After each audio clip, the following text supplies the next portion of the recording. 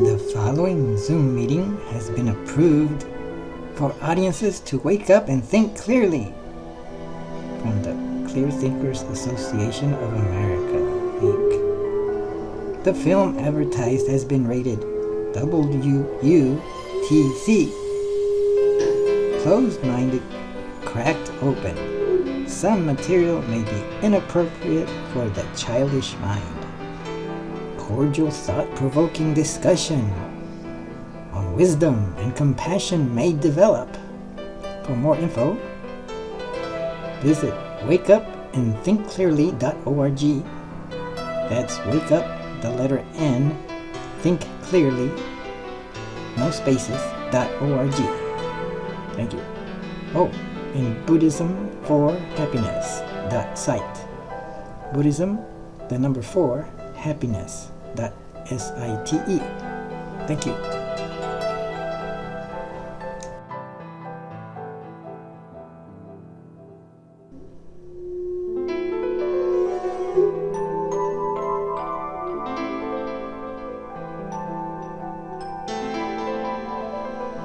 Hello, friends.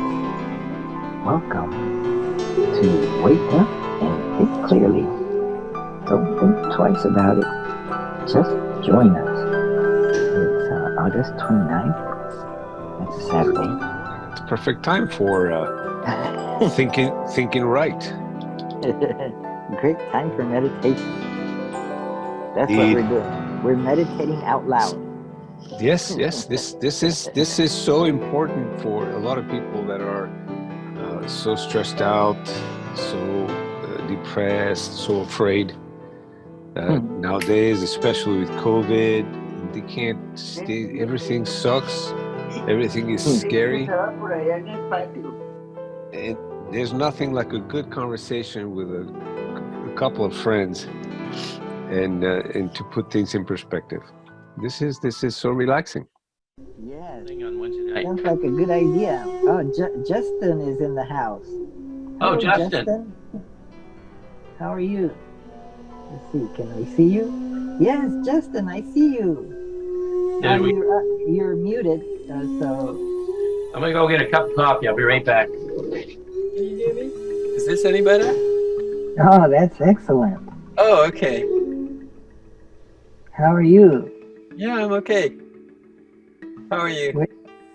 Fine. I'm laying on a sofa couch or a couch that has this thing that you let's see if you can see it. So you can make it go back or forth. Are you ill? Like a lazy boy. So, are you ill? So I sleep in it. Are you sick? No, I sleep in it because I sleep next to my mother's bed. Oh, nice. She's 98 years old, so she needs help getting out of the bed. So that's nice of you to sleep next to her. So that I remind her to get out of bed around 6 in the morning or 7 in the morning to go use the bathroom. Oh, nice. Hi, Justin. My name is Dave. Hi, Dave. How are you? Nice to meet you. So I'm okay. Are you local or are you from somewhere else?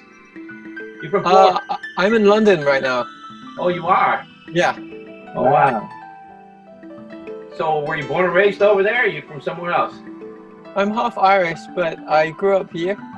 And then when I was 18, I went to India and I was living in Asia for most of the time until about 6-7 years ago. I came back to England to do a Buddhist psychotherapy master's degree, and somehow I got stuck here. And now I'm really stuck because my government, like yours, is not good with the virus. So is that right? So let me ask you, what is it like over there with the virus? Because here it depends upon what state you live in, not necessarily the country. Right. Well, I think, in a way, there's relatively little danger because the infection rates aren't that high. But there's still obviously a danger. And the government is making no effort to eliminate the virus here. I don't know if you know much about the English policy, but we have a right-wing government, and they initially they decided to. Have you heard of this herd immunity strategy? Yeah. Yeah. So against all science, they were gunning for the herd immunity strategy, and then they did a U-turn on that, and then they made a lockdown, but they never made the lockdown very well. They've never enforced like well, they finally enforced masks like just I don't know, just a few weeks ago you have to wear masks in shops, but everyone's like milling around in the street with no mask. I mean, maybe I don't know, 5 or 10% of people in the streets have masks. Not even everyone in the shops has, and the shop workers don't have masks even. The police don't use masks. Right.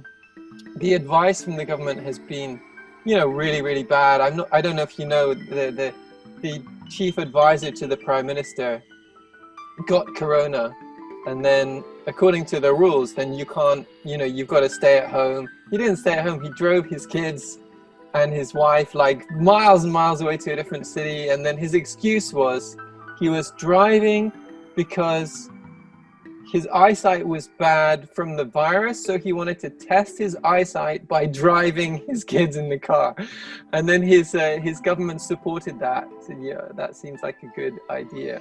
So there's been totally terrible leadership, and now they're sending kids back to school again. No masks for the kids, even in the classrooms. The prime minister just a few days ago was speaking out against using masks in schools.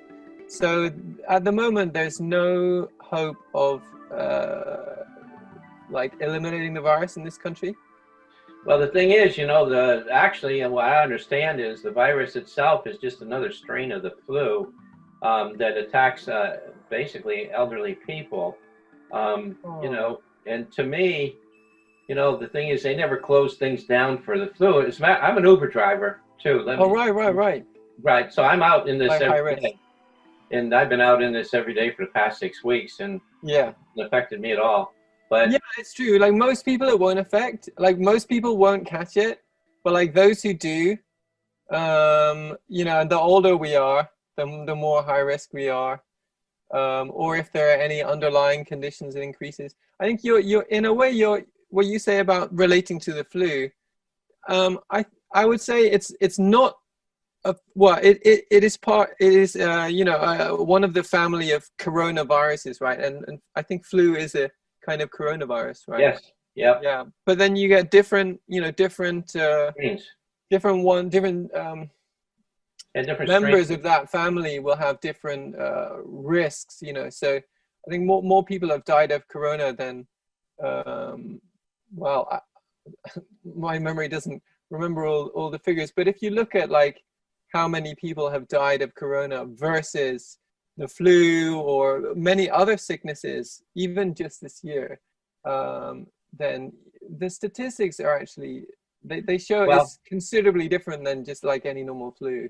Well, it depends on how you break those statistics down, because the statistics show that a person over 65 years of age has a more likely chance of dying from coronavirus than the rest of the population. Yes. Yeah. And the thing is that the ones that are under 65 have very less, but the only thing is with the general flu, more people die under the age of 65 with the regular flu than have died with the coronavirus. So the thing is, are you taking that on like a so for example, if we take the yearly figures, like how many people die every year of flu, or what percentage of those infected die, we got to be careful. Like we haven't had a year of coronavirus, but if you take like a month and multiply it by 12, for example. Right, but the thing is, I base my own judgment on the experiences that I've had. Right. But since I've been an Uber driver, a couple of years ago, I don't know if you're aware of it, but there was a very bad flu that went around. And the thing is, there was like 60,000 people that died. Right. But the thing is, at that time, I was getting riders that were saying, "Yeah, well, I got to go to a funeral." Well, what happened? I always ask, you know. Well, Yeah. my mother, my aunt, or my friend, or whatever, they died from the flu, you know. And at that point, I'm asking myself, here I'm one driver out here of thousands of drivers. Yeah. How many people are dying from this flu? And come to Yeah. find out, there was a whole lot of people, and they weren't old people either. They weren't people in nursing homes. These were young Yeah. people. Now, the other Right. day, I even had a rider, okay, and it was really fascinating. She was a black person, and she was probably, I don't know, maybe in her 20s or 30s. And Hmm. she was telling me that when the H1N1 vaccine, I think it was that one, went around, okay, the thing is, it was a very deadly and toxic flu season that year. Right. Right. Okay. And she said what happened was, she says, Dave, she says, what happened? She says, right away, my mom says, hey, you got to go to the doctor and you got to get you a flu shot. She went and got a flu shot. Okay. Right. And the thing is, within 2 days, she came down. She said, I was so sick. She says, Yeah. and I ended up having the flu from the flu shot. She says, I Right. thought I Right. was Right. going to die. She said, I really thought I was going to die. And at that point, she said, I started doing investigations on this stuff.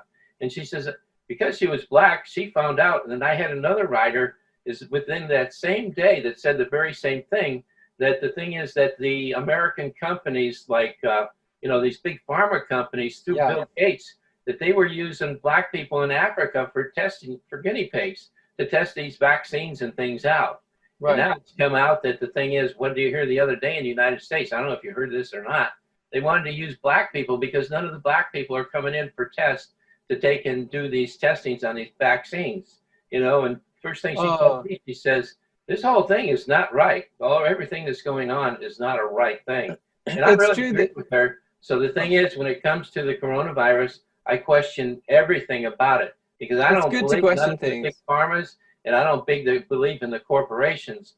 But the thing is, here in Florida now, like I say, we live in Florida, and the thing is, basically everything is just about open except for the amusement parks. The Disney and Universal, they're open, but they're only allowing very few people. And our conventions are still dead. So therefore, part of our economy is still not growing, doing anything at all. But yet, on the other hand, everything in the other part of the economy is bustling, and everybody's out there building houses. They're working out, and the thing is, you have to have a mask when you go into the stores.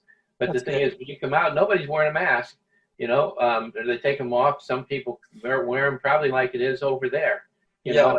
Thing is, I really feel that this herd immunity has to take place because that's the way we've Well, the handled question is whether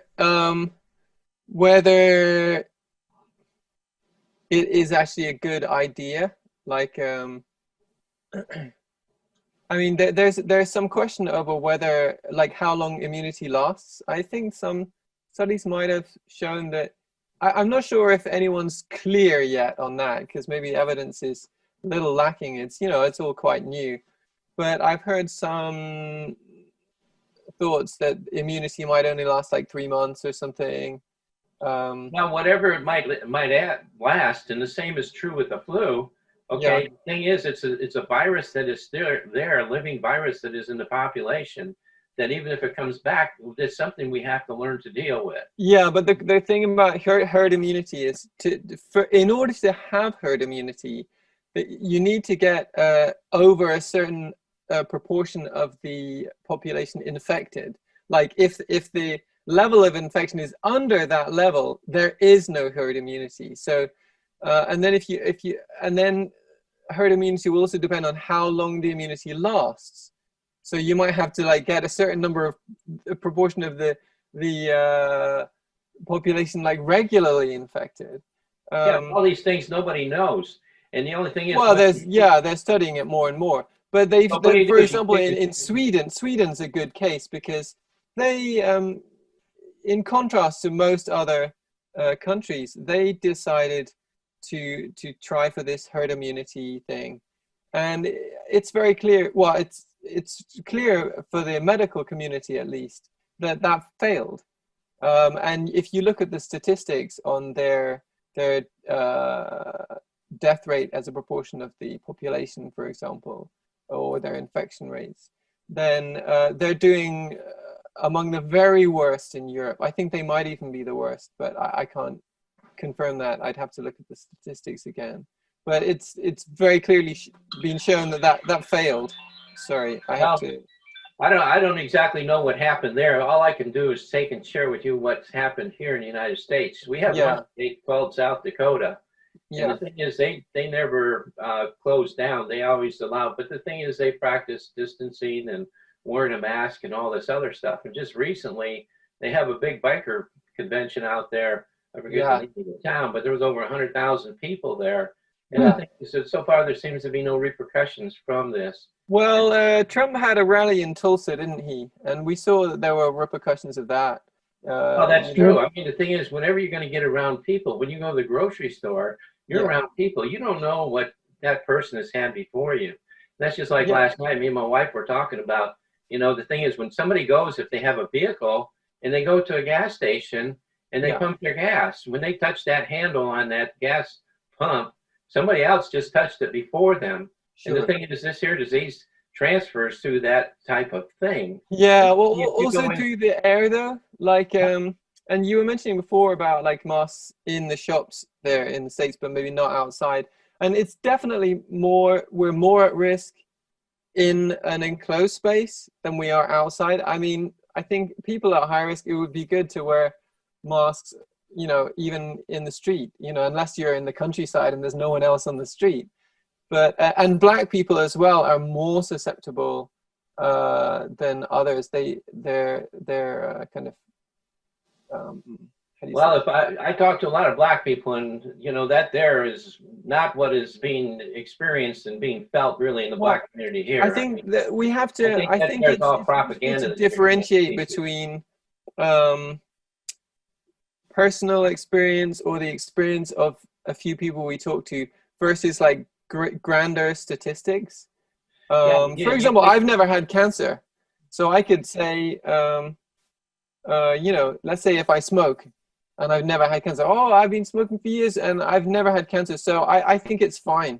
And a lot of smokers will tell themselves that, oh no, I'm fine, nothing will happen bad to me. But if you look at the statistics, then you can see, okay, you know, it's not like a guarantee that you'll get cancer if you smoke, but statistically, you'll increase your chances by X%. You know what I mean? Yeah, but the thing is, people have to live their own lives and not depend and put the statistics of a few upon everybody. I mean, well, does that mean that if I'm working in a restaurant that I shouldn't have to wash my hands, or I shouldn't have to make sure the chicken is cooked to a certain temperature? Because, you know, most people will be fine anyway, and it should be my freedom to do what I want in the kitchen. Well, I don't know. The thing is, how much are you going to impose upon people's freedoms? The thing is, the idea when you start imposing all these values upon a person's freedoms and you get it down to zero, people don't think. I mean, communism is very bad because of the fact that people are not allowed to think freely and to experience life. You know, when you walk out the door in the morning, there's a risk to that. I mean, how do you feel about the health regulations in the food industry? You know, they're restricted in what they can do. Well, the thing is, sometimes they do that according to the corporation and the corporate worlds. You know, just like we have the FDA here, and it's been proven. We have had a bunch of doctors come out and talking about this hydroxychloroquine, which is demonstrated to save people's lives with COVID. Okay, but yet the FDA will not approve it. But the thing is, they've done studies. Doctors have done studies that prove that this works. Also, there's other remedies too, like what is it? The other day I heard one, oleandrin or something. And once again, the FDA will not approve that.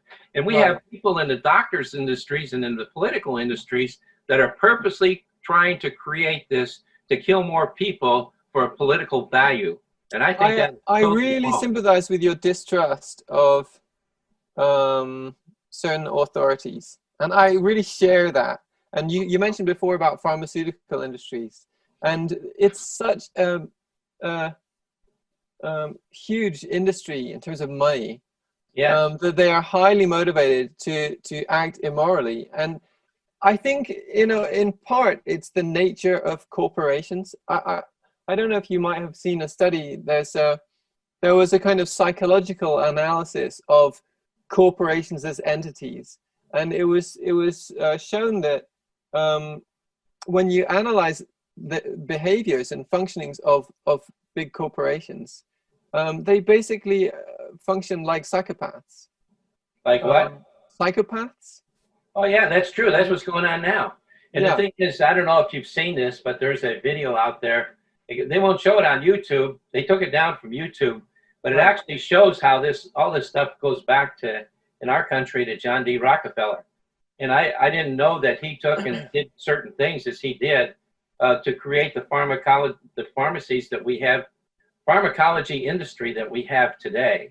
You know. Well, yeah, but, it is really bad, and it affects politics as well. Like in England, for example, have you heard about Brexit? About what? Brexit? Oh yeah, everybody knows Brexit. Yeah.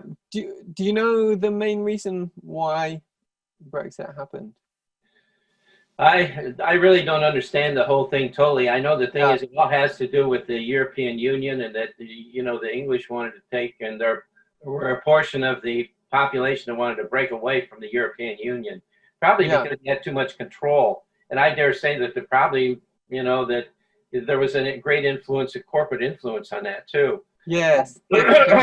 So, what was I going to say about that? Sorry.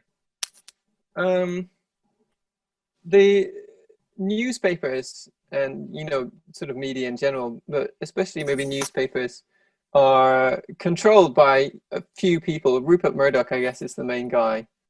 So if you want to put a certain message through the media, and you have enough money, or if you own the media, you can really, really shape the view of the people.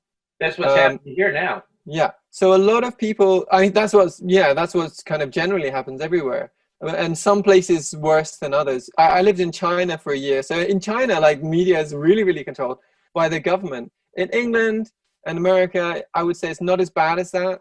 But you do have, some very, very, generally, most media is controlled by members of the 1%.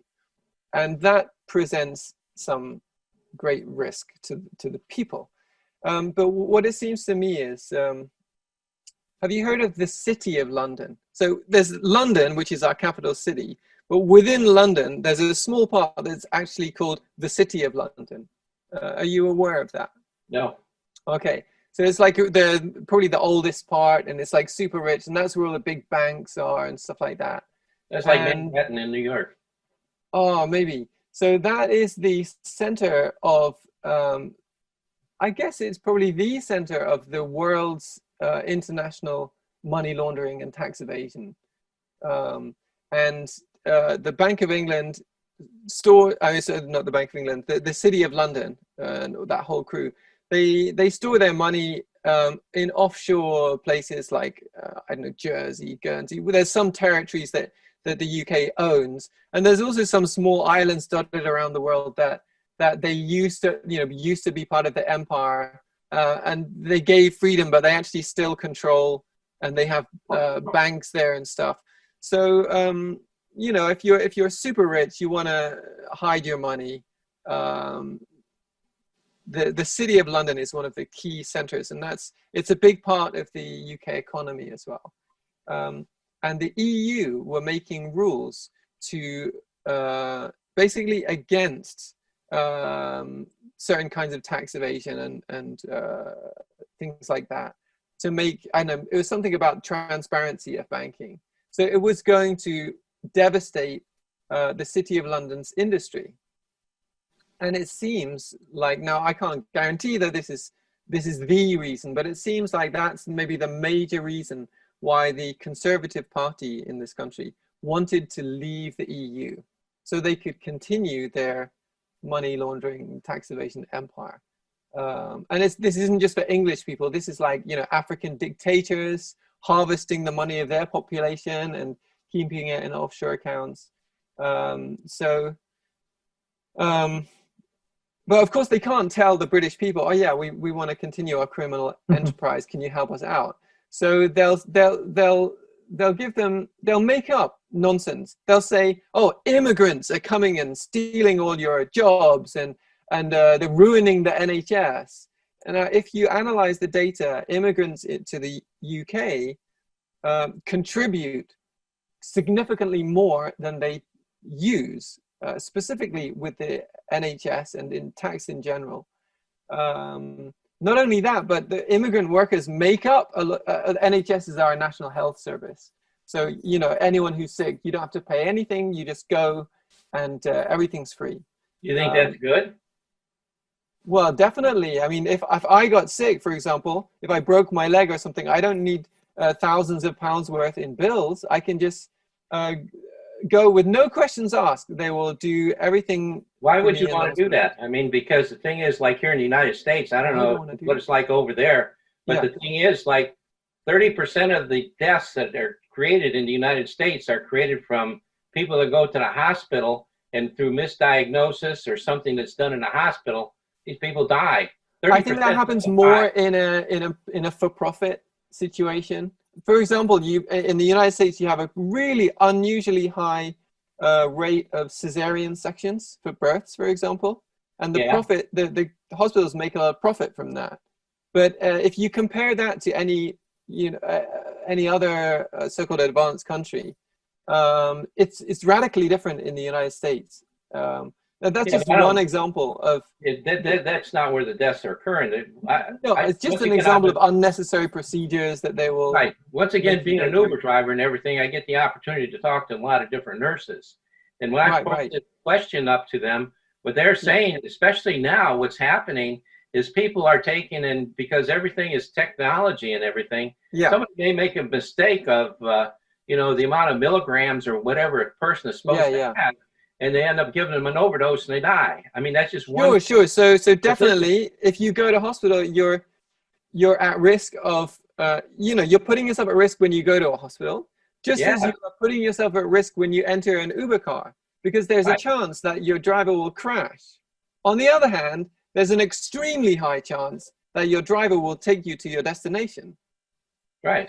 So, for example, if you got into a crash and your leg was severed and you were bleeding everywhere, would you choose to go to a hospital where you're going to get many thousands of, or maybe even tens of thousands of dollars in bills, or would you prefer to go to a hospital? You cut out. It froze. With the same froze. Really? Could you repeat that, Justin? You froze. Can you hear me now? Yeah. Oh, okay. Your video and your audio froze for okay. No worries. I'll say it again. I'll say it again. Okay. So you're in an accident, let's say, and if you don't get medical attention, you will die. You maybe within a day, or maybe within a few hours. Would you choose to go to a hospital which is going to give you thousands or tens of thousands of pounds in or dollars bill, or one that will do the same service for free? Which would you prefer? Well, the thing is, number one, if I was in an accident, I wouldn't have a choice of which hospital I wanted to be taken to. I would have to go to wherever that was called in. I may be unconscious or whatever, and I would be totally dependent upon the circumstances that exist. Exactly. So, for example, it would depend whether you were in a country with free national health care or one that had a profit system.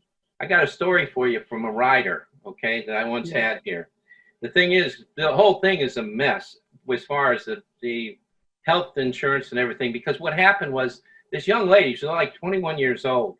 Yeah. And she told me that when she was young, like a teenager, maybe 14 or 15, that her mother made her go get this vaccine for this thing, so to avoid uterine cancer. I don't know what they call it. There's a name for it. Right. So she went and she had that vaccine. Yeah. Well, the thing is, shortly after that and everything, she started having seizures. Okay. Yeah. And the thing is that there is one of the side effects from this. So she says, Dave, she says she found out about this because none of this was told to her before, or to her mother before this all happened. But the thing is, they put these vaccines out and they let people be the guinea pigs as to what happens with it. So anyway, the thing is, she says, I'll be at my friend's house or whatever. And she says, all of a sudden, I'll go into a seizure. So the first thing they do is they call the ambulance. The ambulance comes and they haul me off to the hospital, she says. And then she says, I have to pay this stupid bill. Exactly, that's what I'm saying. No. But the thing is, this here was, as far as I'm concerned, a problem with our medical community allowing this to be out to begin with. This is something that's created by the medical geniuses or scientists that we depend upon, which I think is a crock of crap to begin with. I think that those kind of problems are going to be worse, where the more profit involved, the worse that's going to be, right? Because the more profit-driven those systems are, the more they're going to be pushing. Like, you have a massive opioid epidemic in the United States because of doctors and big pharmaceutical companies pushing these drugs. Not only pushing those drugs, but also pushing your governments or your regulatory bodies, because they're such vast, wealthy companies. They're basically allowing a massive drug dealing mafia. They do, but it's not only in the mafia; it's in the drug companies. Because that's why I'm now comparing those drug companies to basically a drug dealing mafia. That's right, because like Bill and Linda Gates, the Bill and Linda Gates Foundation was founded because Bill Gates decided that he could make more money off from vaccines than he could off of technology.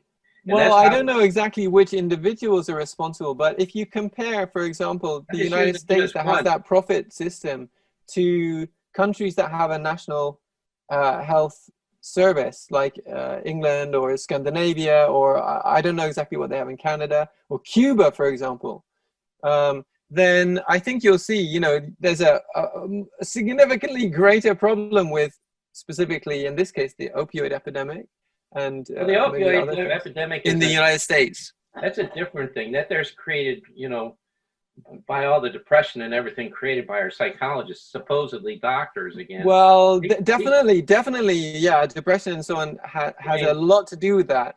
But the accessibility and the amount that these drugs are pushed definitely has an effect. But to take it back to the example, we agree that there are dangers with hospitals, but if you did have an accident, would you rather it be free?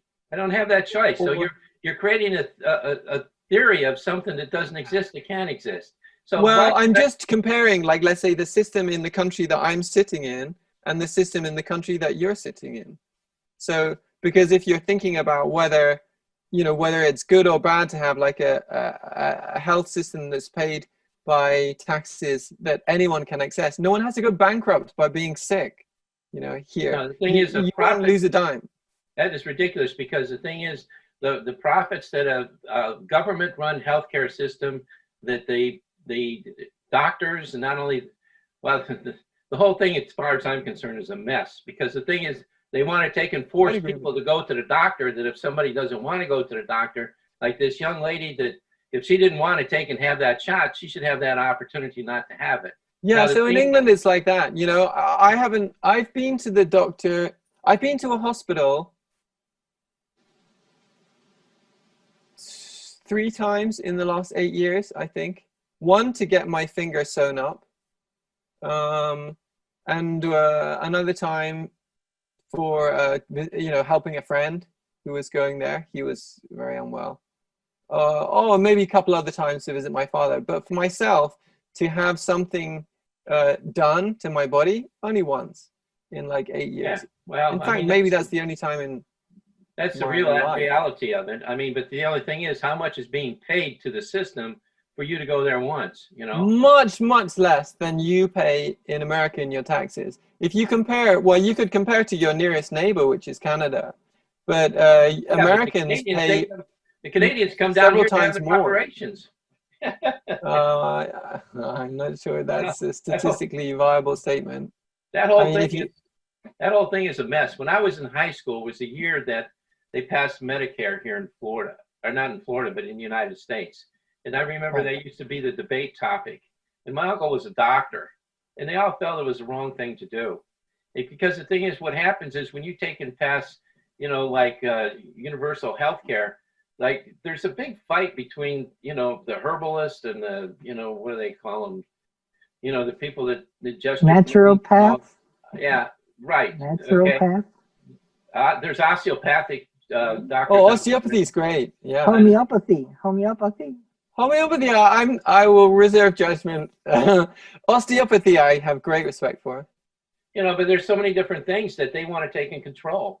That's why, the thing is, the thing with the COVID-19, they don't allow you to take and put anything out that publishes any other alternative therapies for COVID, except for through whatever's coming the FDA, which is a crock of crap.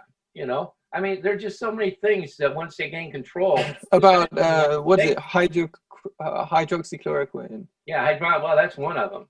Yeah. So, well, let me ask you a question. So, if on the one hand, someone tells me there have been in-depth studies of people with corona, and it's shown that actually it increases your chance of death if you are taking hydroxychloroquine. If someone tells me that, and then someone else tells me, oh, there have been studies and it shows that it helps corona, what should I do if I have these two conflicting views? Well, I know what I'd do. I'd listen to somebody that's actually had the corona, that's actually taken the hydroxychloroquine. Now, if they've said, hey, this has done me good, and you hear that from 10 or 15 other people, I would trust the word of those people rather than the doctors. As a matter of fact, right now, the thing is where we differ. Right. But the thing is, you see right now, a lot of people are even scared to go to the hospital when they have different kinds of problems of getting the coronavirus when they go to the hospital. Well, so, that fear may be somewhat justified. Yeah, right. So why go to the hospital? The thing is, if you're going to get it, some of the people feel that, hey, I just ride this thing out. If it kills me, it kills me. If not, well, yeah. I mean, for certain, I would say that sounds wise. Like if my need for going to the hospital is not really that great, I better stay at home. Yeah, for sure. That sounds wise in a situation like this. In fact, in South Korea, in South Korea, they basically eliminated the virus, right? And they did it relatively quickly. They had super spreading events like some religious gatherings. Singing makes it even worse, but if you're in a enclosed space how did they do it? Well, what they did is they learned from no, I forget, it might have been the one you mentioned, H1N1, or I don't know, it was one of those famous ones that was a few years ago. That luckily it didn't last long. Maybe it wasn't infectious enough to become a pandemic. I don't know the details, but there are a lot of people that died in this country from it. Oh, okay, sure, but luckily it didn't get as big as this one, but it was serious nonetheless, just like you said. And they learned a lot from that, and they studied how they responded and what went on. And one thing that happened was a lot of people who got sick wanted to get tested, so they went to hospitals, and either the hospitals were like full or they didn't have the testing, whatever. So they would end up going from hospital to hospital, like trying to find a test. And what they found was that hospitals became like a main source of transmission, because a lot of people who were sick were coming to the hospitals and then even coming from hospital to hospital, and you got all these people together.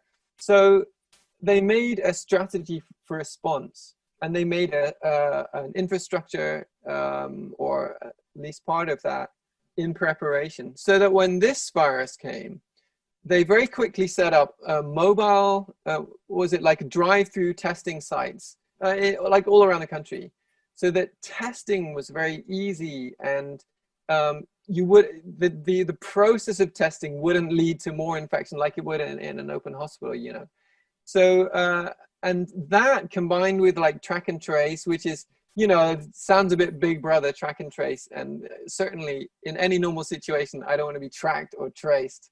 Although I have a smartphone, so it's too late for that. Yeah, but they actually did it really effectively, and isolating people who are infected, also finding where they have been. There's been some good applications developed, so that if someone was infected, they'll like contact like other people who were maybe connected, and through that process, they got their first infection the same day as the United States. I think I have that right. first recorded case. And I don't know. yeah, The thing is, no matter what, they have no problem anymore. yeah. Well, the thing is, are the people all immune from it, or what's the deal? No, it's just that the thing is, if you can make no one in the country have it, then no one can pass it. And it's Yeah, really but hard to get no one. What But happens when the borders are opened up and those people go back and forth to another country that has it? yeah, so I don't know specifically in South Korea, but I know in some Asian countries, I'm sorry that I forget which, and I would never want to speak untruly. That's why when I'm not sure, I say I'm not sure. But Well, there are some Asian countries where there's a quarantine. So again, I don't remember which, but there's some you'll actually be taken to like a certain special hotel or something like that for 2 weeks. So and if you do have it, then I don't know, I guess they'll take you to hospital or something. But if you don't have it and then after 2 weeks you still don't have it, then it's really clear, okay, you're fine now. So they're really being careful, making sure. This is something that England is not doing. But in fact, if England let people in from the rest of Europe, it would probably dilute our infection rate. let me ask you a question Yeah. regarding this whole thing. I don't know what it's like over there in Britain, but here, Yeah. the thing is, if a person is diagnosed with COVID, Yeah. automatically the hospital gets, I don't know, $5,000 or something like that. If they're put on a ventilator, they automatically get $10,000.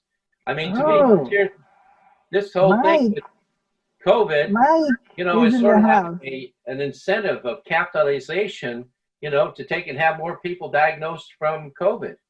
Well, so again, I would say that sounds like that would be more of a problem in a country where it's a for-profit medical system. And again, that relates to what I was saying about cesarean sections. The more you can do, the more money you make. I think it's more moral to have a system where the hospital's duty, their number one duty is not profit. Their number one duty is to serve the patients.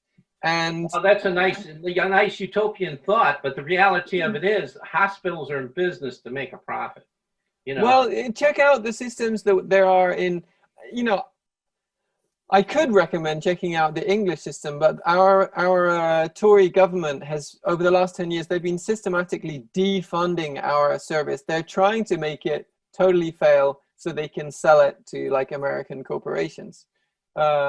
But if you look, maybe better to look then at Scandinavian systems and see how profit-driven theirs is. See how the population feels about their service. I know in America, on some of the news outlets, they give like bad press about socialist healthcare systems. But if you actually ask the people and look at the statistics, I think you'll find actually they work much, much better and cost the population much, much less. But it also requires that the population be taxed higher, correct? Yes, so but the poorer you are, the less tax you pay. So it means that instead of poor people in America, you have so many people, I can't remember how many people every year going bankrupt because of medical bills. That will never happen in these systems. But if you have someone like Bill Gates, making quadrillions of dollars, then they're going to be paying loads into the NHS. So, the richer you are, the more you pay. And if you're sick, you get help. That seems like a civilized system. If you're sick, you get help. Well, it's a nice thought. And in Cuba, it tends to make it so the doctors don't earn very much. So the doctors in Cuba, they're not in it to I'm gonna become a doctor because my family wants it and because that's the best profession because you make the most money. It's not a calling. It's like a career to make money. I would be cautious about assuming that's the case for all of the doctors there. Is it Michael Moore? Did you watch Michael Moore's? I don't know if he made a whole film or just a short thing about bringing the firefighters from 9/11. You know, these heroes that were championed by the United States, and yet were totally abandoned by the government in terms of their sicknesses. So he took a bunch of them to Cuba to get them treated. Did you see that? No, that's No. fascinating. Hi, good morning, everybody. Hi. Hi, Hi, Mike. Mike. How you doing? Mike is Good. in Chicago and Justin is in London. Oh, hey, Justin, nice to meet you. Nice You to know, meet you too. I am a socialist.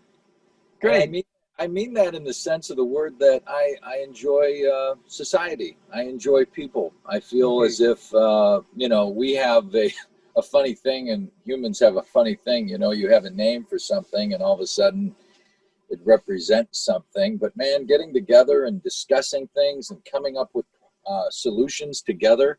Yeah. There's universities all over the United States that do this all the time, but yet we say we're not socialists. We are all socialists. Yeah. And so it's interesting. I'm sitting here talking with three other wonderful human beings. My fiance's upstairs. She's taking graduate school, her MBA, speaking with 20 different people here in Chicago. And prior to this, I was on the another meeting with 7 individuals that are all recovering addicts and alcoholics. Yeah. All on this transportation that we have here, this communication. And I'll leave this, that it's interesting because this is giving people access. Yeah. All I have to say is that Access to this tool is giving individuals access, and I believe that this is eventually going to help one another. This whole communication, it's something very powerful is going to be able to come out of this.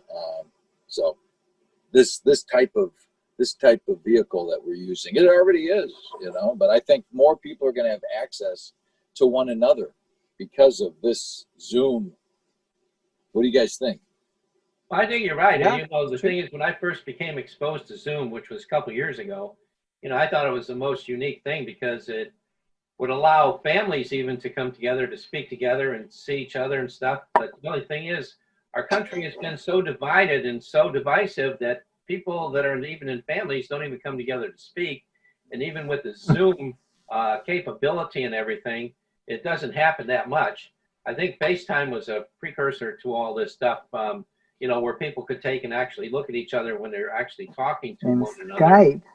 David, if I may ask about that one point, there is divisiveness, but at the same time, have we become more connected because of, obviously here in the United States, we're given a clear choice, I think. Right. So, I mean, for people like, I have 4 kids, you know, and so we're able to discuss things in such a way where we're even more connected. I'm even more connected with individuals at the same time. I know that there's divisiveness, but because of that, there's also more cohesion, more connection. Right. You find that case?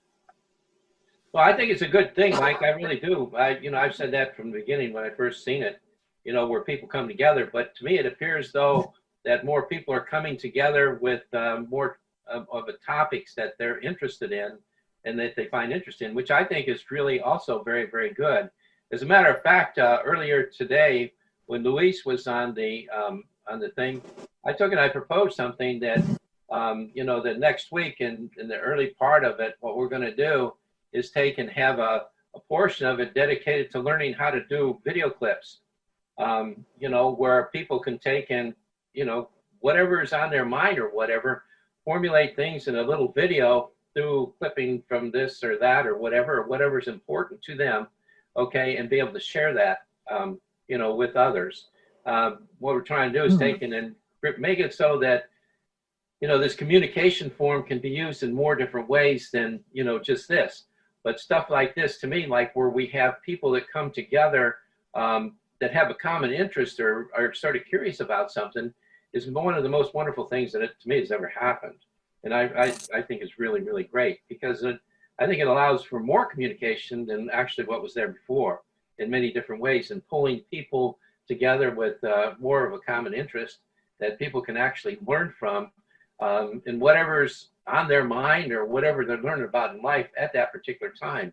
Because the thing is, depending upon I believe that depending upon the age of a person, you have different interests in mind and different fears and different things.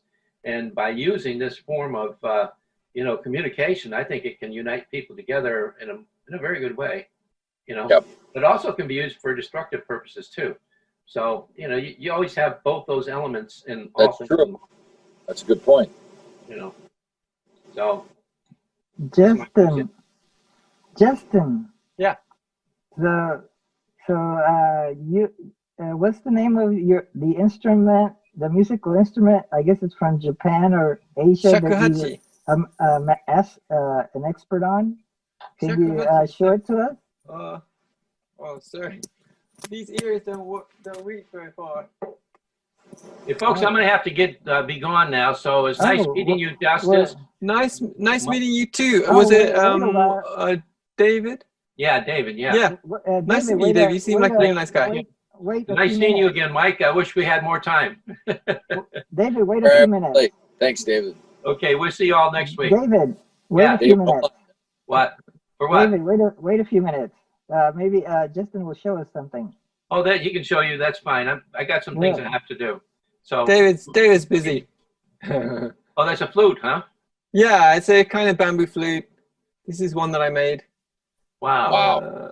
Cool. And we blow up here. This is actually a water buffalo horn. That's a buffalo horn? The black part? Yeah, well, water buffalo. So not bison, but the black part. It's just to make it stronger. So we blow on that edge. Man, that is cool. Yeah. Or they get longer. This one I made from deer antler. Wow. Oh my gosh. Yeah. And the bottom is, so the ground grows, maybe around here, the ground level. So this would have been underground, the roots. This actually grew near my home, this bamboo, when I was living in Japan. Oh. Wow. Yeah. You made that? Yeah. How does that sound? I can show you. If you don't mind. No, I don't mind. I might have to negotiate space here so that the sound was really bad when I didn't use this. That's why I have to have my earphones. It sounds good. Justin, you brought up a documentary, and I love film and learning and everything. But what's fascinating about this to me is that I'm actually in the documentary right now.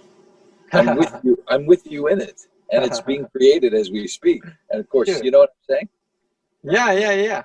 This is real life. and I'll try to upload it in a few days to the YouTube Wake Up and Think Clearly channel.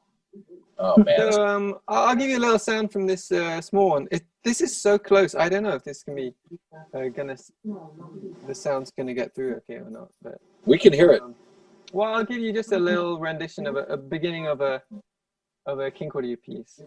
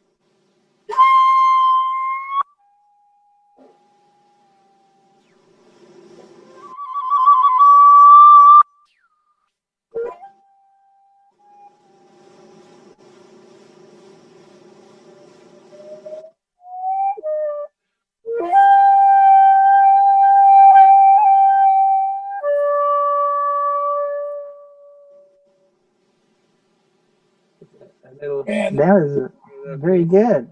It sounds good.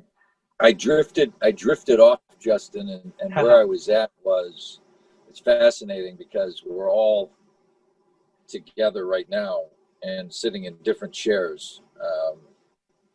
And I think this, and I'm sure people are working on this as we speak, right? Where I wish you could be sitting right here because I'm out here on my I'd love deck. to be under that tree with you, for sure. Yeah, man.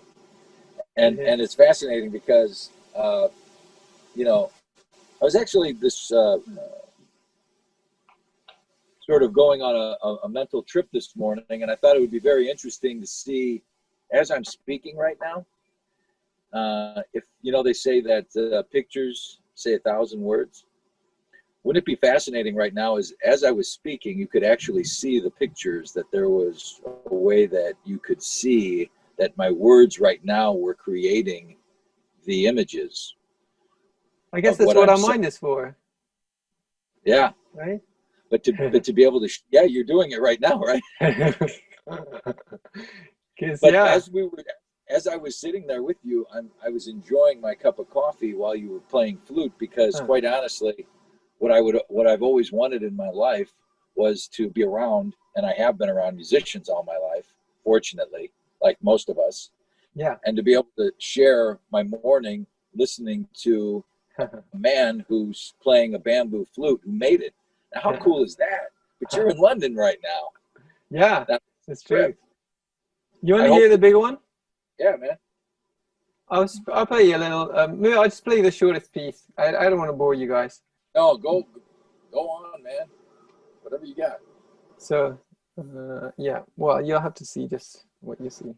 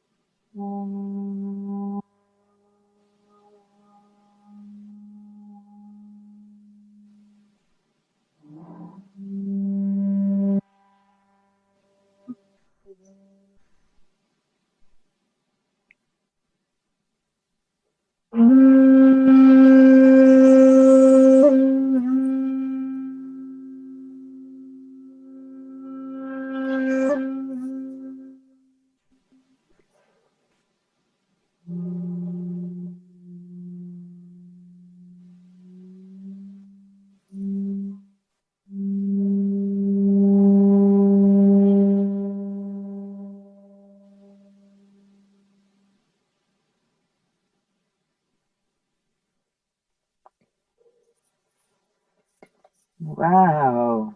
And that is cool. Glad you like it. So it's when I hear that I hear the wind. I hear the wind behind me, and I also what came to me was the essence of how wonderful life is, and because the exuberance of existence, meaning that life is happening all over. The universe is a huge place, and we know this, but it's all happening at once, and this reality, or this force, if you will, is completely grooving on itself and excited about it. When I hear you playing that, I'm a part of life, and I'm excited about Hyro and Justin and how, like water. Do you see what I mean? Does that make any sense? It's all over the place. Sounds good. Sounds good. Yeah. How did you guys meet? How did you guys how did you stumble onto this? I know Louis, and that's how I know Hyro. Okay. Maybe you can say, I didn't even know how to pronounce your name. Hyro, is that Yes, right? it's Okay, Hyro. Spanish is Hyro. You can say Oh, gyro. And then right. and then the middle name Jam Yang Powell, That's Tibetan. Tibetan, but Yeah, I took the syllable A out. yeah. And Moreno's my last name. It's Spanish from Colombia. I was born in Colombia. Oh. And I found Justin because I add friends that are interested in Buddhism because I'm studying Buddhism. Maybe that's how I grabbed him, and occasionally we have comments about different posts, and so I invited him over to this. This is the first time we've chatted, actually. Yes, Mike. it's pretty cool. Cool. How's London today? Gray. And run by a far-right government. Apart from that, it's good. Yeah. Wow. Yeah, we've got a far-right government here too that we're hoping to get time, at least, this has been a big couple of weeks for us. We just had you've got like the RNC, which if you talk about just a colossal, almost nightmare to watch this ridiculousness, and I did watch it. And so it's a big. This is the most important election that we're facing, that this country has faced in quite some time, at least since the 1960s, where you had Nixon and the Democrats lost and the Vietnam War was extended. Right now, we don't know if this maniac stays in office. At least I don't know what he has may no happen. intention of leaving. Yeah, no intention, and every intention of totally rigging the election. I mean, the Republicans have always rigged the election, haven't they? But now it's so crazy. I'm seeing all your postal boxes being taken away and stuff. It's like There's so many, so blatant. There's so many problems, and I agree with you. If I may, I don't mean to interrupt, but the crux of, and from what I gather is you're right. The authenticity of a fair election, number one. Yeah, and that was brought up, that the election would be rigged by Trump, is extraordinarily criminal, beyond criminal. Number one. Number two, inciting people in this country who already have guns. Yeah. And saying that if I don't get elected, I'm the only one that can protect you, is also criminal and murderous. They're beyond words. The United States, one of the major reasons why we're doing such a horrible job with this COVID epidemic or pandemic rather, is the same reason why we do a horrible job with other areas of health, like drunk driving or murder. We also, these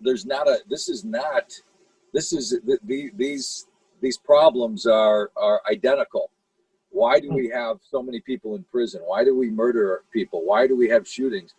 Well, there's a lot of reasons why, but it's the same thing happening. We do the same thing when it comes to an epidemic. This is how we handle drunk driving. This is how we handle, all these other problems. So it's frustrating. It seems to me like it's largely down to profit. Like your prison system, not totally, but largely it seems to be just a legalized slavery system. Yeah. And massively propping up the economy by the looks of it. Wow. Yeah, I agree. Yeah. A lot of your goods are manufactured there.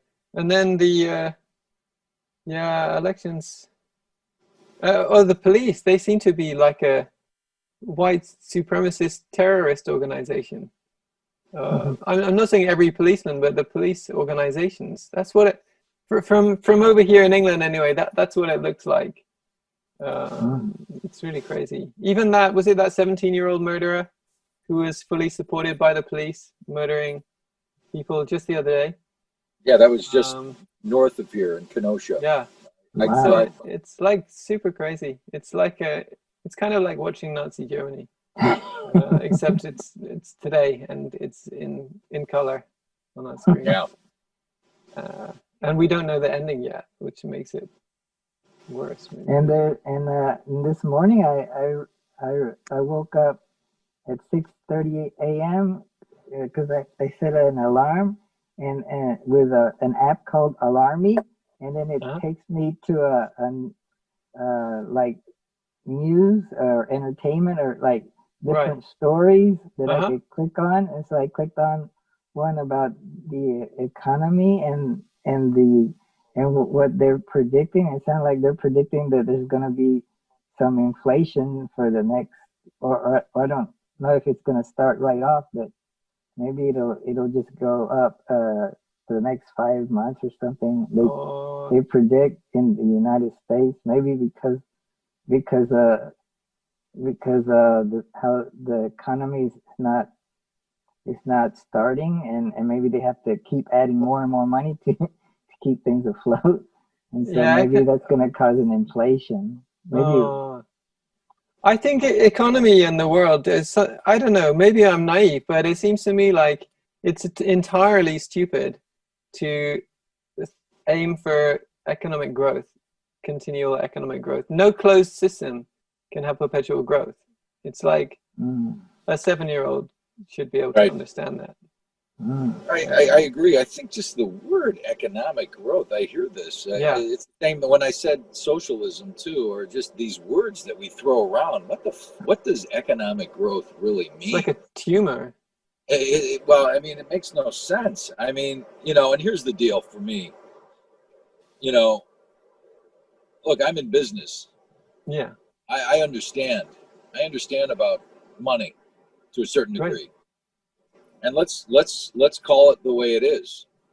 You're talking about getting paid off. Now, paint it any way you want to, but you're willing to sacrifice the environment. You're willing, so let's call it the way it is. You can dress it up any way you like it, but let's call it the way it is. You're willing to really sacrifice the environment, health, education. Let's put all that aside so you can make some money. Yeah. Is that your position? Right? Is that your position? Not mine. That's why I'm poor. No. That's why I'm a poor musician. So it's easy to do that. It's easy because it's, you pay somebody off. You pay somebody off. That's what's happening. Yeah, it sucks. And when you combine that with this, like, when you have like government regulations all trying to, with all kind of having this as a target, like, economic growth, rather than a kind of homeostasis, then you combine that with like no punishment for lying. Maybe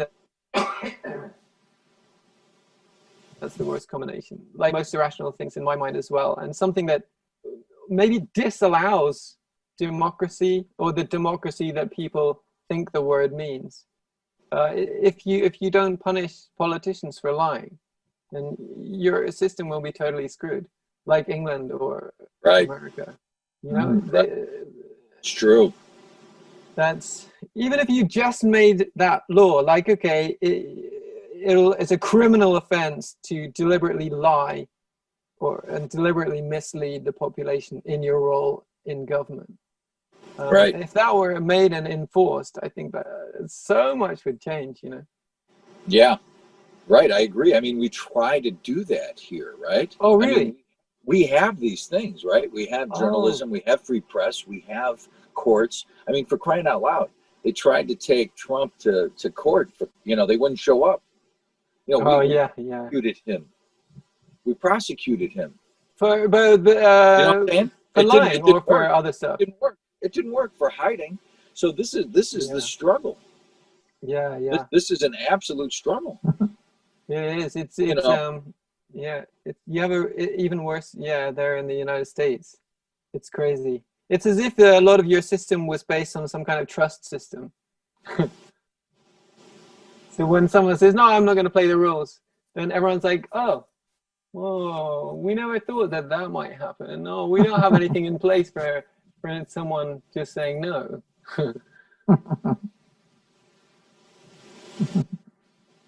You know, it's interesting. There's always been corruption. Oh, yes. And so the ability to be able to call people out.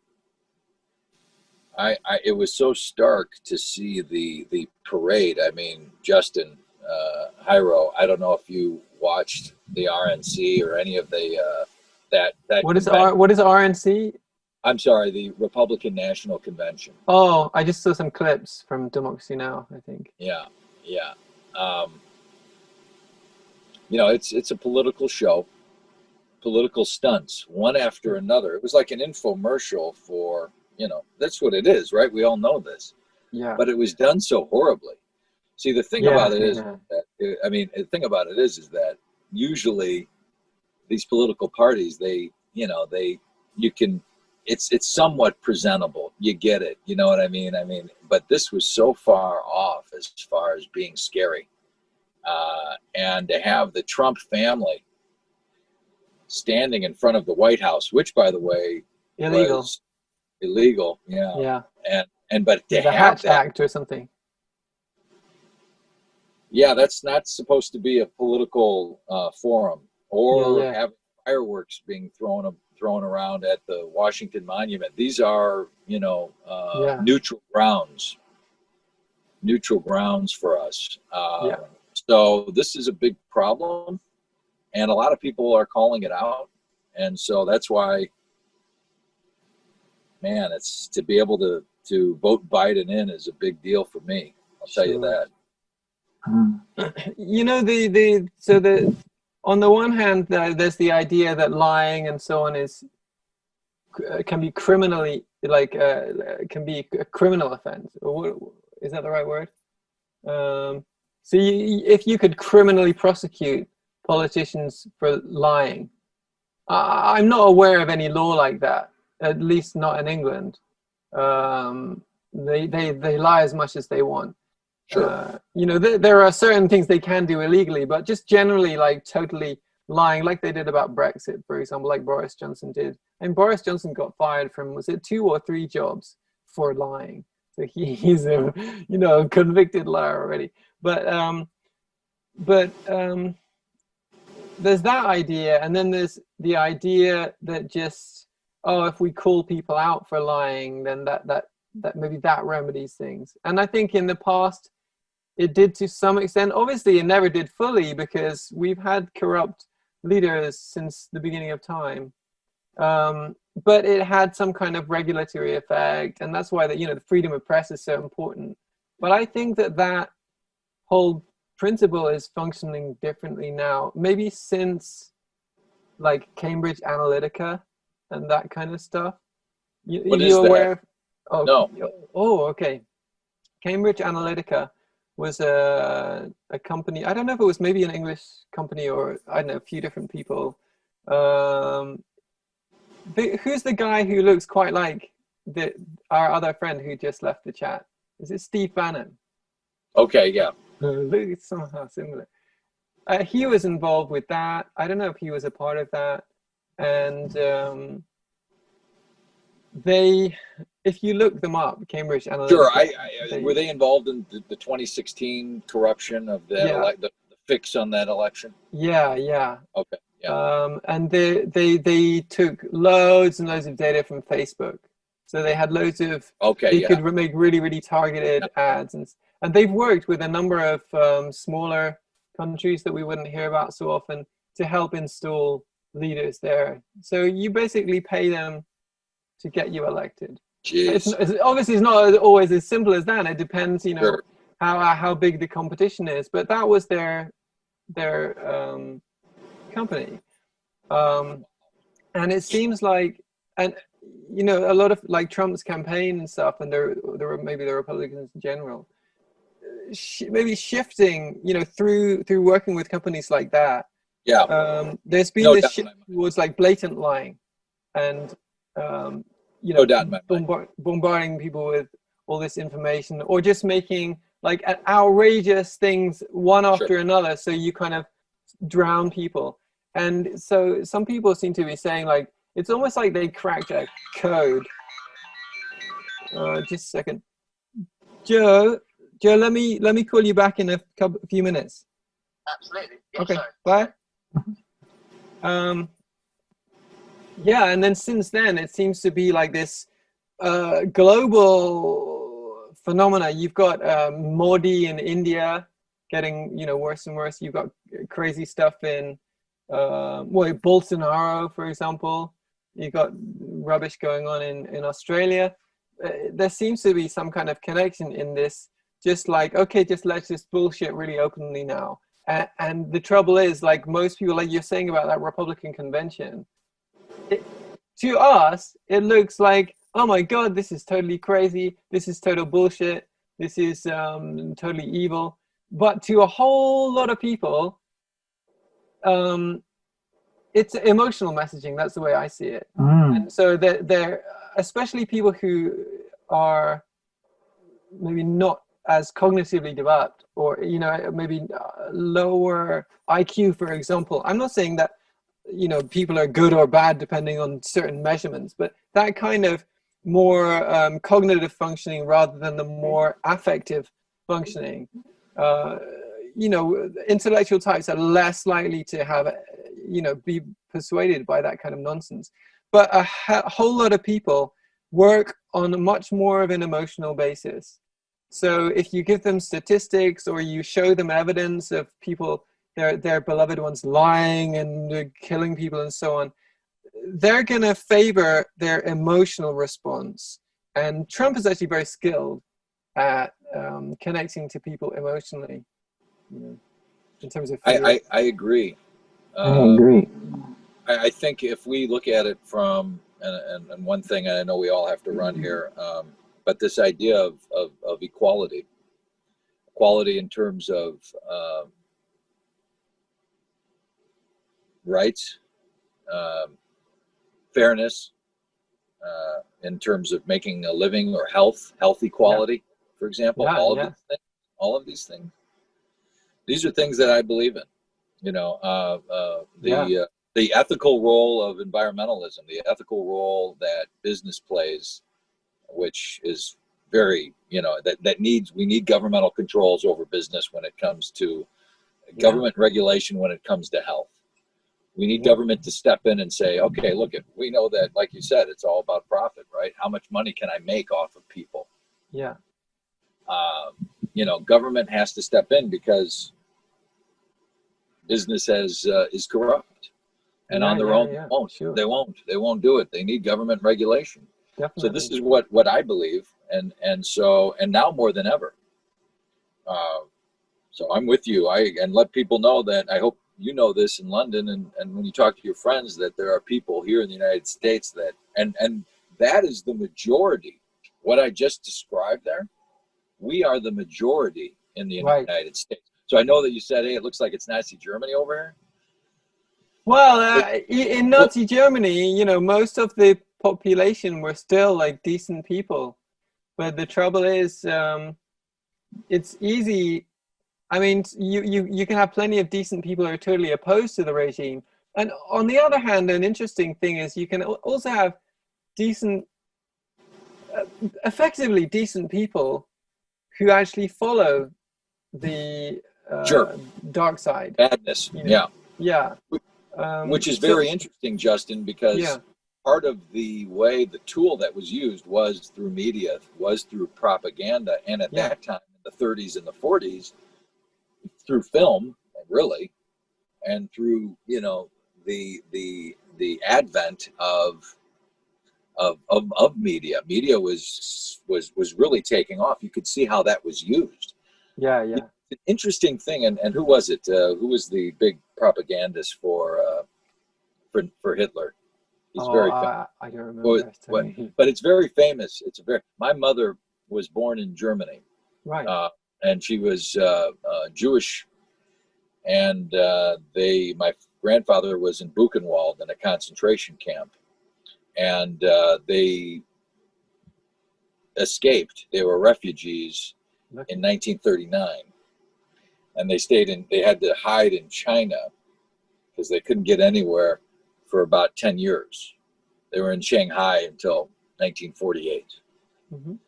And then they came to the United States.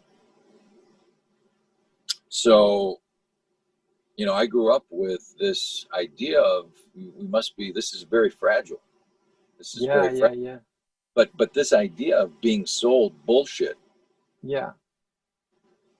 a lot of people are being sold a bunch of bullshit by a salesman, and not a very good salesman, by the way. Are you talking about Trump now, or who? Trump, yeah. Trump's Right. a cheap salesman. I mean, I've seen better salesmen on a used car parking lot. You know what I mean? I think he does sell really well to a certain category of people, though. Like some people, we it knew he just was full of shit. won't hear a word against him. It's like my grandfather would have said when they do the Heil Hitler, those liberals would say that's how high the bullshit is. And so I say the same thing in this country. When they say, when he starts talking, I say, hold on to your wallet and watch the bullshit fly. Yeah, for sure. He's a bad salesman. Well, I can see as well, like, yeah, go ahead. well, you were saying about, defending Americans, and for sure, yeah. I mean, I guess America does have a bit of a bad reputation in England. No, I mean, from before as well, mainly because of all the wars that waged around the world. But looking at the statistics, I mean, the number of people who support, healthcare for all, or socialist policies are actually totally mainstream, and very often the majority of people want. But yeah, I guess largely because of things like, because of the advertising, people don't even know what they're voting for. And then because of what's it called, the electoral college and stuff, like you don't even have a majority wins system, which is a bit strange. Yeah, exactly. So no, I totally sympathize with America and Americans. Man, I hope we could talk again. This is good. I appreciate it. And the flute was cool. Do you have any, do you sell those? I haven't been making any recently. In theory, if someone needed one, then I could make one. But they're not cheap. And you can find some of my music on YouTube, or there's my website up there somewhere. If you search my name, Justin Senryu, Senryu, you'll find me out there. Yeah. What does the Senryu mean? Is that an Asian name? Yeah. So in Japan, when you in the system of traditional arts, if you attain a level like a teacher level, then your teacher will give you a kind of master's license and often give you a name as well. So my name was given to me by Yokoyama Katsuya sensei, and it means sen is like a spring, the like water spring, and ryu is dragon. In Asia, dragons are associated with water, not with fire. So it's like an like saying that you're a master of your craft, like you've reached a level. Yeah, I have 2 of those master's licenses from different schools. Of that particular instrument. Yeah, there's a lot of different schools like around Japan, or different little crews. Oh, Mike's gone. Justin, But, oh yeah, I was gonna say, yeah. I don't know how to get, like, if I want to, like, you sent over that documentary. Yeah. Mike. So you know how to do that? How do you do? I mean, the only way that I could look that up is if I just pull off of this, right, and just throw that into Google, because I copied and pasted the link, right? Is that the best way to do it? Yeah, like actually, I'm really new to Zoom. And that. So I'm gonna do that right now. That's my name. Or you could just write it with a normal U. Send review. Let me do it real quick. You don't have to write the special U, but you can see my name there. That's my name.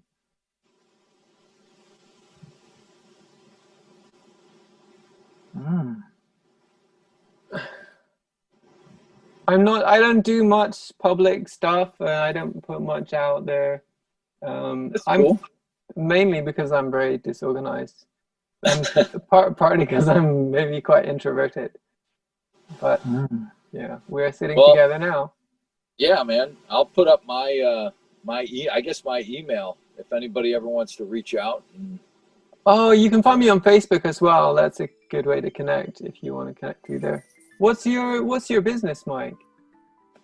I am in the recycling business.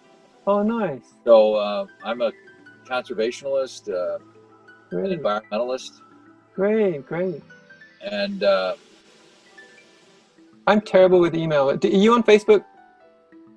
I'm not, but I could be. I could get on there. I've kind of steered away from that. I'm on LinkedIn. I'm not on there, but let me see. If there's ever a reason to, that's not done right. Just a second. I should get on Facebook. I've been kind of steering away from it because I'm a little bit afraid of it. I am a recluse. It would be, it's a great idea to stay away from Facebook, I think. This is my first ever smartphone. Actually, I have to buy a new battery for it. That's going to be a hassle to install. But since I got this, I've been really bad with email. But like Facebook messages or WhatsApp messages, they come through to my phone. So I'm much more likely to respond to one of them. So you can hit me up on WhatsApp there, Mike, if you want to ever. All right, cool, man. I'll do it. Wow. Mike, do you use WhatsApp? I use WhatsApp a lot. I don't, but I'll try to figure it out. Oh, or what is that again? What's it called? WhatsApp. WhatsApp is unfortunately, I think Facebook bought it, but it's a messaging system that a lot of people use because it uses the internet. So, if you send someone a text, you could get like all sorts of bills from sending internationally and stuff. But WhatsApp is just, it'll just go through when you're connected to Wi-Fi. And, I guess you can do video chats there as well. If I go on to WhatsApp with that number, then I can send you a text.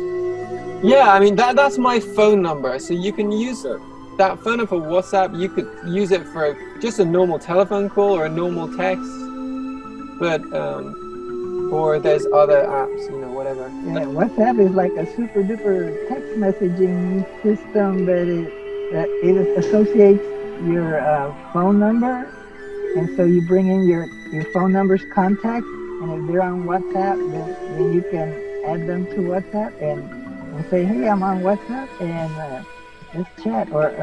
And you can create little groups in WhatsApp, like a family group, and connect with your family. I know I've heard of it. I'm pulling it up right now, but I don't want to waste time, man. It's just good to be able to communicate with one another. Yeah. But I guess you'd have to share each other's phone numbers. I guess you could type them in. I sent that to Mike because he doesn't have Facebook. So we can connect on that. We can connect on Facebook. My phone number is the same as the Zoom ID. Oh, cool. Hey, I guys, I better phone back my friend. I don't know, sometimes he phones me if he's in the area, so he might be leaving the area. I better... Thanks for the music and the conversation. You're welcome. Yeah, thanks for your words and the beautiful trees behind you. And Jairo, is that how I pronounce it? Jairo. Like with a kind of similar to an H? Yeah, like Jose is with yeah. Yeah, okay. Jairo, nice to meet you too. Nice to chat with you. Giustino. Yeah, you could call me that. My Italian friends call me Giustino. Or Justin in Spanish. Cool. Yeah, call me whatever you like. Yes, thanks for joining Mike and Justin. It was great. Thanks, Tyro. Thanks for putting it together. Yeah, thank you. Thank you. All right, guys, have a good day. Be on the lookout for an edited version of this meeting on YouTube. Okay, bye. Take that with me, Water Dragon. Thanks, man. Appreciate it. Thank you. Bye.